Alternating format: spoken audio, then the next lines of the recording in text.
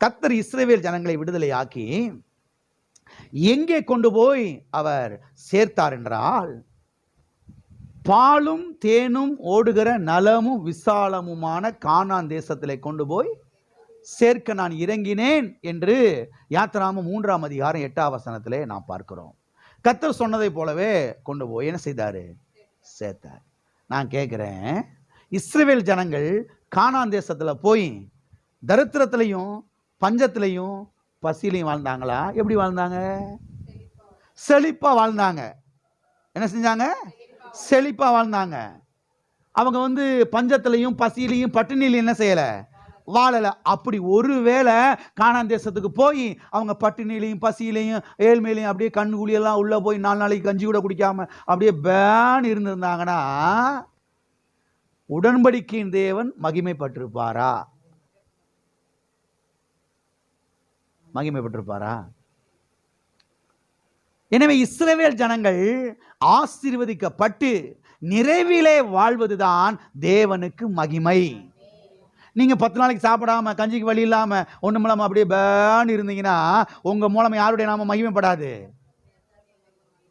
சத்தமா சொல்லுங்களேன். நீங்க நல்லா சாப்பிட்டு திரகாத்திரமா, நல்லா ஆரோக்கியமா, நல்லா புஷ்டியா இருந்தாதான் யாருடைய நாம மகிமைப்படும். பரவாயில்லையா? மனுஷன் வயசானாலும் நல்லா சூப்பரா இருக்கிறாரியா, அதுதான் உடன்படிக்கை. ஆமென். நல்லா ஆரோக்கியமா இருக்கிறாரியா. பார்த்த வயசே தெரியலையே. தெரியாது, வயசே தெரியாது. அப்ப பாருங்க, நாமும் பசியிலையும் பட்டினிலையும் வாழ்ந்தா தேவனுடைய நாம என்ன செய்யாது? மகிமைப்படாது. நாம நிறைவிலே வாழும் பொழுதுதான் தேவனுடைய நாம என்ன செய்யும்? மகிமைப்படும். ஆமென். நாம் நிறைவிலே இருக்கும் பொழுதுதான் உடன்படிக்கையின் தேவன் என்ன செய்வார்?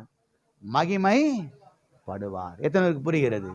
அப்ப தேவாதி தேவன் நம்முடைய குமாரனாகிய இயேசு கிறிஸ்துவின் மூலமாக நம்மோடு ஒரு இரத்த உடன்படிக்கையை ஏற்படுத்தி இருக்கிறார். இரத்த உடன்படிக்கை நிமித்தமாக கர்த்தர் தயவு கிடைக்க பண்ணுகிறார். இரத்த உடன்படிக்கை நிமித்தமாக வெள்ளியும் பொன்னையும் ஐஸ்வர்யங்களையும் ஆசீர்வாதங்களையும் தருகிறார். இரத்த உடன்படிக்கை நிமித்தமாக கர்த்தர் நம்மை வாழ வைக்கிறார். இரத்த உடன்படிக்கை நிமித்தமாக நம்மை சுகத்தினாலே பலத்தினாலே அவர் என்ன செய்கிறார்?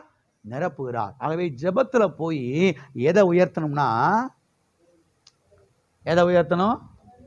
உடன்படிக்கைய உயர்த்தணும். உடன்படிக்கை நினைவு போட்டணும். பேயையும் பிசாசு என்ன செய்யக்கூடாது?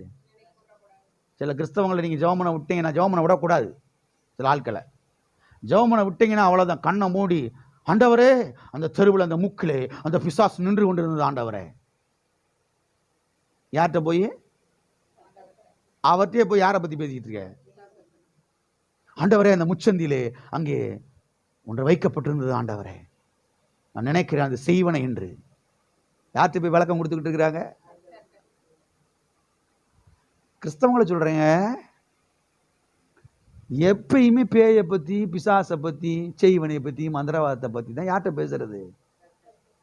கர்த்தர் கேட்கிறார், புத்திகித்து இல்லையா உனக்கு? என் உடன்படிக்கை உனக்கு ஞாபகத்துக்கு வரல? நான் சிலுவையில் சிந்தின ரத்தம் உனக்கு ஞாபகத்துக்கு வரல?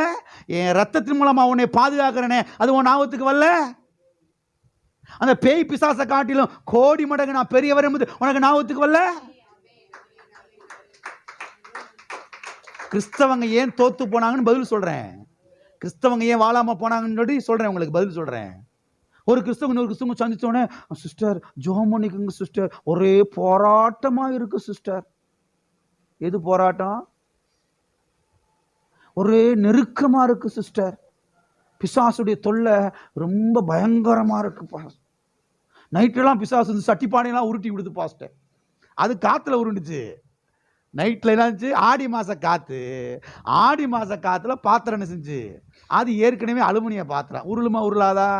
இங்க இரும்பு பாத்திரமே உருண்டு, வெங்கல பாத்திரமே உருண்டு ஓடிக்கிட்டு இருக்கு ஆடி மாச காத்துல. அப்புறம் அலுமினிய பாத்திரம், ஈய பாத்திரம்லாம் உருளாது. உங்களுக்கு உடனே நைட்ல பிசாசு வந்து உருட்டி விட்டான் போல சொல்லி காலை எந்திரிச்சோடனே மொதல் போன் யாருக்கு? அந்த பாஸ்டர். அவர் எழுப்பியா முதல்ல? அவர் எதுக்கு சும்மா தூங்கிட்டு இருக்கிறாரு? மனுஷன் அவர் அப்பதான் 4 மணிக்கு தூங்கி இருக்கிறார், நைட்லாம் முழிச்சிட்டு. அவர் தூங்க விடக்கூடாது. முதல் எழுந்து பாஸ்டர் ஒரே ஈய பார்த்த உருட்டல் சத்தம். உடனே என்ன செய்யுங்க வீட்டுக்கு? சிஸ்டர் நான் காலை விடிஞ்ச போற வர இல்லை, இப்பயே வாங்க. இப்போ வந்து 4 தப்பா நினைப்பானே 4 மணிக்கு வந்தா வீட்டுக்கு. யோசிக்கிறதே கிடையாது கிறிஸ்தவங்க. அந்த இதே கிடையாது பாருங்க. என்ன ஆறின்னு யோசிக்கிறதே கிடையாது. உடனே நீங்க வாங்க. புரியுது நான் என்ன சொல்றேன்னு?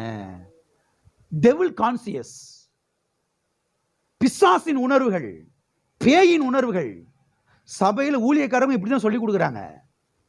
அன்னைக்கு ஒரு ஊழியக்காரர் ரொம்ப வேண்டியப்பட்டவர் பாருங்க, அவர்கிட்ட பேசிக்கிட்டு இருந்தேன். அந்த மனுஷன் வேடிக்கையாக பேசுவார். பாஸ்டர் அவர் நல்லா வேடிக்கையாக பேசுவார். என்னை பார்த்தாவே கொஞ்சம் நல்லா ஃப்ரீயாக பேசுவார். பாஸ்டர் ஒரு ஒரு ஊரை பற்றி ஒரு மாநிலத்தை குறித்து என்கிட்ட சொல்லிக்கிட்டு இருந்தார். அப்படி இருந்தால் தான் பாஸ்டர் அந்த பயலுக்கு காணிக்க கொடுப்பாங்க, இல்லைன்னா ஒன்றும் நகட்ட மாட்டேன் அப்படின்றதுக்காக அந்த அந்த ஊரில் இருக்கிற ஊழியக்காரனா செய்வாங்களாம். வீட்டுக்கு ஜெபம் பண்ண போனவங்கன்னா ஒரு பெரிய வலு சர்ப்பம் தலைக்கு மேல அந்த ஃபேனுக்கு மேல தொங்கி கொண்டிருக்கிறது. மகனே உனக்கு தெரியுதா அப்படின்னு என்னத்தை அள்ளி விட்டாதான் பாஸ்டர் இந்த விசுவாசிகள் காணிக்க தர்றாங்க, இல்லை தரமாட்டேங்கிறாங்க அப்படின்னு இந்த ஊழியக்காரங்க என்ன செய்யறாங்களா, அடிச்சு விடுறாங்களா. ஊழியக்காரங்க எப்படி ஆயிட்டாங்க, விசுவாசி எப்படி? உன் வீட்டுக்குள்ள ஃபேனுக்கு ஃபேன்ல எது தொங்கிக்கிட்டு இருக்குது? பாஸ்டர் அடிச்சு விட்டார்ல, இன்னி ஒரு மாசத்துக்கு என்னதான் வகுத்தாலதான், ஒரு மாசத்துக்கு ஐயோ ஃபேன்ல தொங்குதா, ஏன் அது வெளியே தொங்கி இருக்க கூடாது மரத்துல கூட?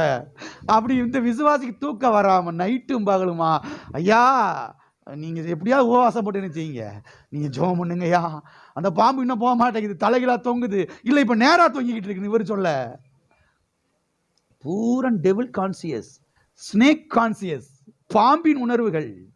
கர்த்தரை பத்தி ஒரு உணர்வு இல்லை. போ, இது வரைக்கும் வாழாம போனதுக்கு காரணம், ஊழியக்காரன் வாழாம போனதுக்கு காரணம், விசுவாசியில் வாழாம போன காரணம் என்னன்னா, எந்த நேரமும் விசுவாசிக்குள்ள அந்த பிசாசுடைய உணர்வுகளை திணிச்சு விடுறது. கர்த்தரை பத்தி, கல்வாரியை குறித்து, அவருடைய தழும்பை குறித்து, அவருடைய காயங்களை குறித்து, அவர் சிலுவையில் சின்ன ரத்தத்தை குறித்து அந்த உணர்வை இந்த சபையில் ஏற்றி விட்டுக்கிட்டு இருக்கிறோம்.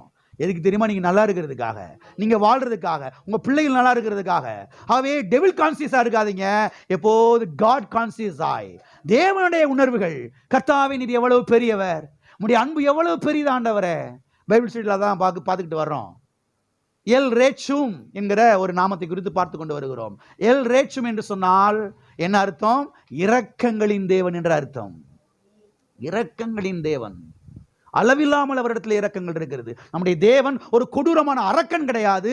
நம்முடைய தேவன் இரக்கங்களின் தேவன். அவருடைய இரக்கங்களுக்கு முடிவே இல்லை. அப்படிப்பட்ட தேவன் தான் நம்முடைய தேவன். ஆகவே ஜெபத்துல போய் அவருடைய உடன்படிக்கை உயர்த்தி பேசுங்க, அவருடைய இரக்கத்தை குறித்து பேசுங்க, அவருடைய கல்வாரி குறித்து பேசுங்க, அவர் எவ்வளவு பெரியவர் என்பதை குறித்து பேசுங்க. பிரச்சனைகள் ஒண்ணுமில்லாம போயிடும், வியாதி பட்டு போயிடும், தரித்திரங்கள் ஓடி போயிடும், கடன் பிரச்சனைகள் மாறிடும். ஜெபத்துல போய் நின்றுக்கிட்டு பிசாசை உயர்த்தி பேசுறதும், செய்வனை உயர்த்தி பேசுறதும், பேயை பத்தி பேசுறதும், பிசாசை பத்தி பேசுறதும் தூக்கி எறிஞ்சிடணும். அப்பதான் வாழ்வடைய முடியும். எல்லாரும் இருக்கிறீங்களா? பக்கத்தை கைப்பிடிச்சு சொல்லுங்க. ஜெபத்துல தேவனுடைய உடன்படிக்கை குறித்து பேசுங்கள், நீங்கள் வாழ்ந்திருப்பீர்கள். ஆமென்.